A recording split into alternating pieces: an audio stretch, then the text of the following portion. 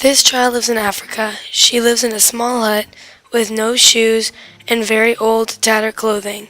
She is in need of the basic necessities like clean water and nutritious food, clothing, and shelter. So what will you do? Most people's instinct is to help.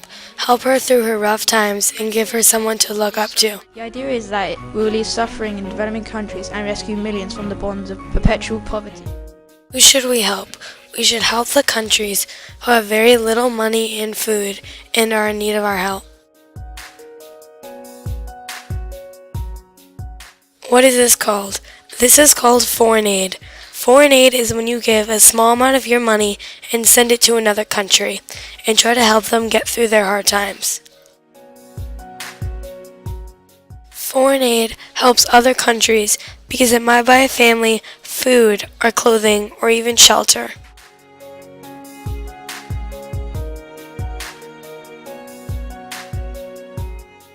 $1 can help 100 people more in that poor country than it can help someone in the rich country.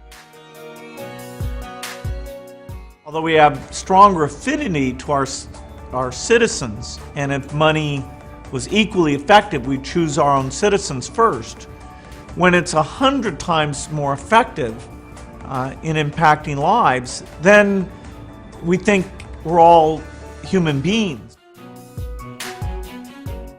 Now, some people have other opinions about foreign aid, such as it is a waste of tax money that could be used here, that we should be helping people here to get better, not other countries.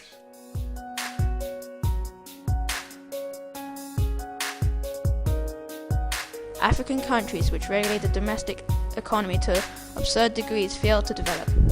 The point is, donors supported these policies, and many donors are still pouring money into countries with policies detrimental to growth.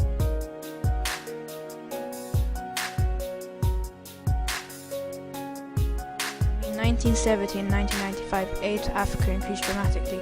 At the same time, GDP per capita growth in Africa decreased at a startling rate and was even measured negative figures. And so there is a trade-off, but I don't think that trade-off should mean dropping below the 1% of the budget that it is today, those dollars that have so much impact.